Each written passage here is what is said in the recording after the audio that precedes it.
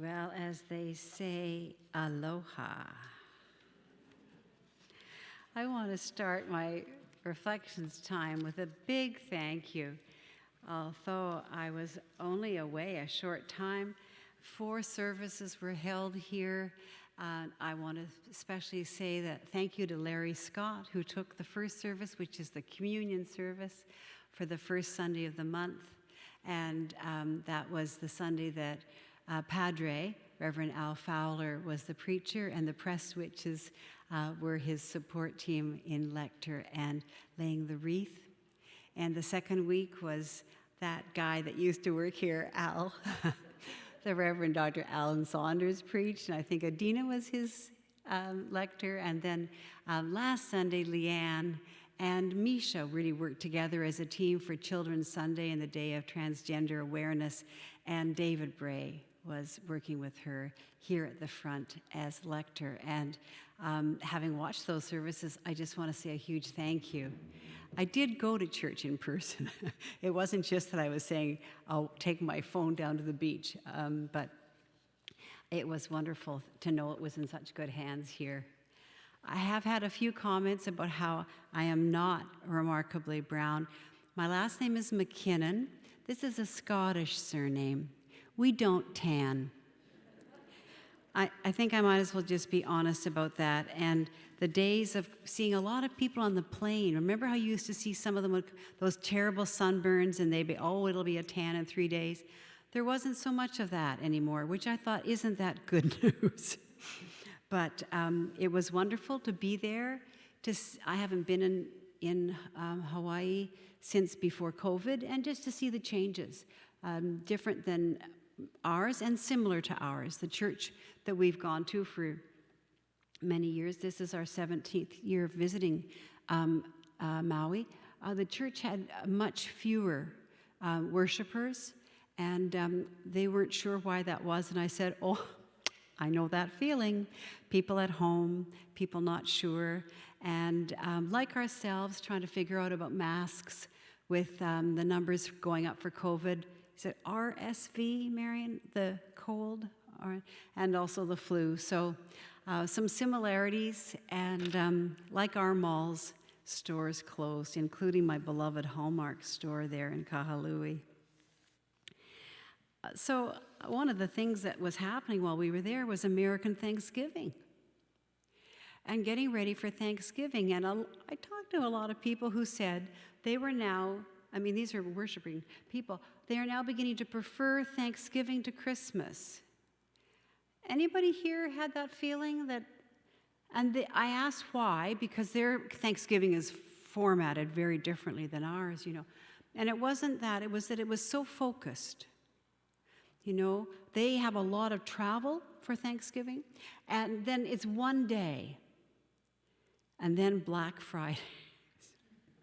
But I was interested to see that it was appreciated for its clarity. You know, we're there, it's not all about shopping, but it is about expectations, let me tell you. So I just wondered if there was a sense of better focus for some of us in our Thanksgiving. How did the Grey Cup go? Did the BC Lions win? Just a little joke. So Marcia McPhee, big thanks to the tech team that made that little introduction, talks about Advent, and it's kind of a blur. And she's the best known worship design artist alive this century in North America. And she talks about the blur in 2 ways that I think are very interesting, because this first week's lessons, and thank you, the first one from the Message, you got that kind of new language in the Message, and the second one, the Revised Standard, much more classic in its way, all about time. And those, you could read those and get kind of anxious, you know, you never know the time, you don't know what time it is.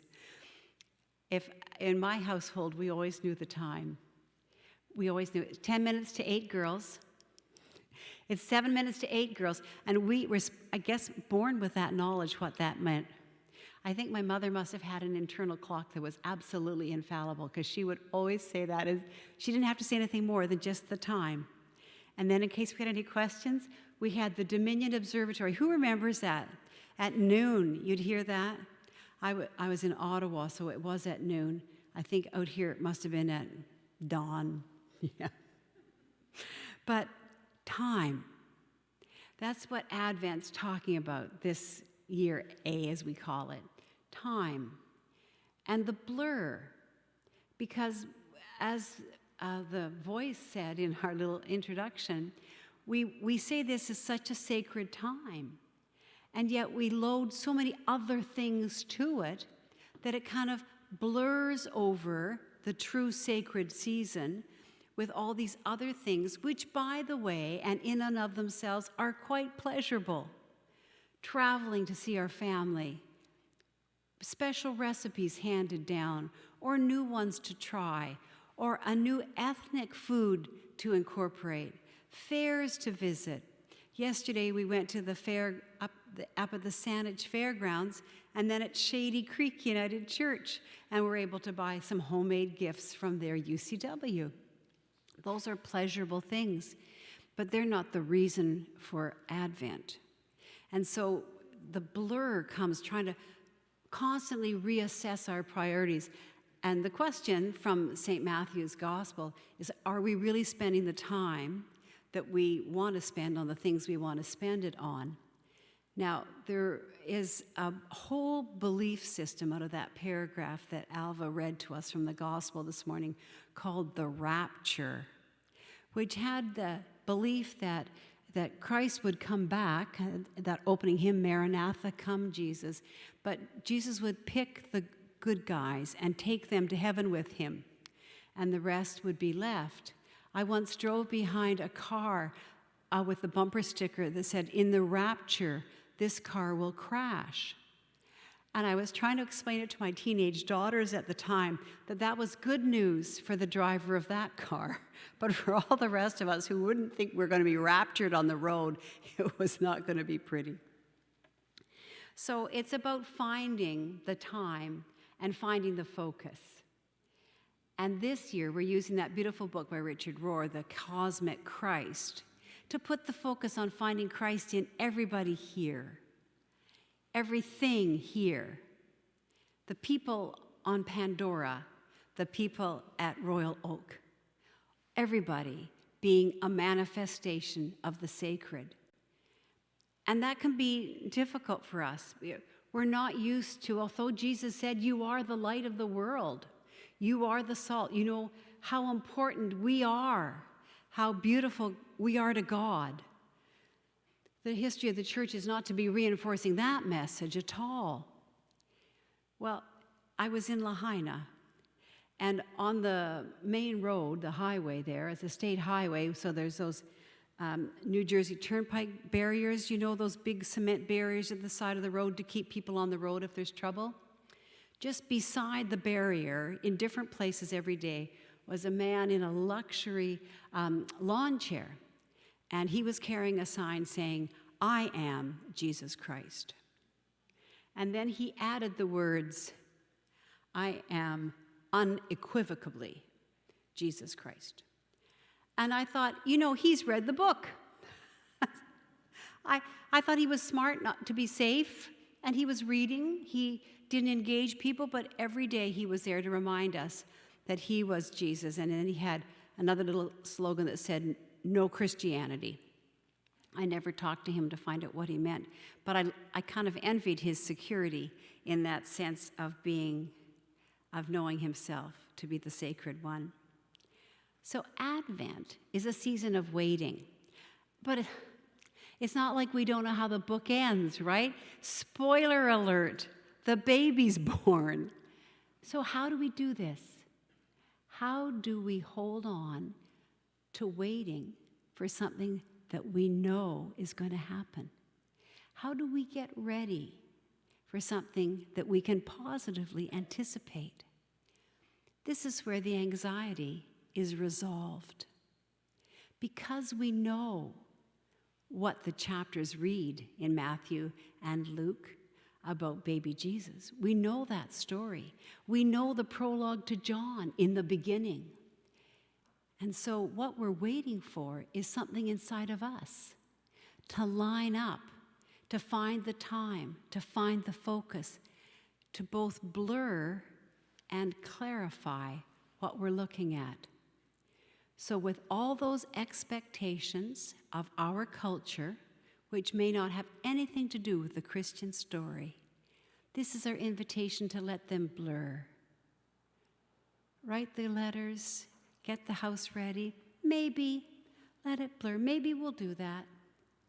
And then sharpen the focus on how are we the divine? How are the people around us the divine?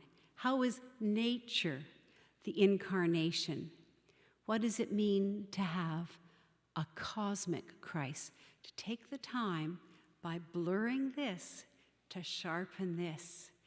And so we wait upon ourselves, upon our own resolution, like a plumb line finding its straightness inside of us. So the blur is a great word, an invitation to live in the now, and knowing that something in the middle will be quite clear, like when you're focusing, remember with those old cameras we had, we'd focus, and then the outside, we can let that slip away. So we wait. And in that waiting, the miracle happens of seeing in ways that St. Matthew said we're not ready for, we don't expect. Now, Matthew used kind of frightening images about being burgled, but what about being blessed? What if the story read, instead of saying, you didn't know what time the burglar was going to come, what if it said this? If a person living in Victoria in 2022 did not know the precise day the blessing would occur, would they not live every day looking for and expecting that blessing? Would they not live in peaceful, hopeful anticipation of that blessing? That's the focus and the challenge, I think, for us this very odd Advent 2022. So much going on. We need to blur the stuff we can, focus on that which is necessary, finding ourselves living in this mysterious and very sacred time. May it unfold to us as a prism where the light enters through the prism and flashes out in a million different colors. And if you knew what day the blessing would come, would you not live all that day in anticipation of meeting the divine? Amen.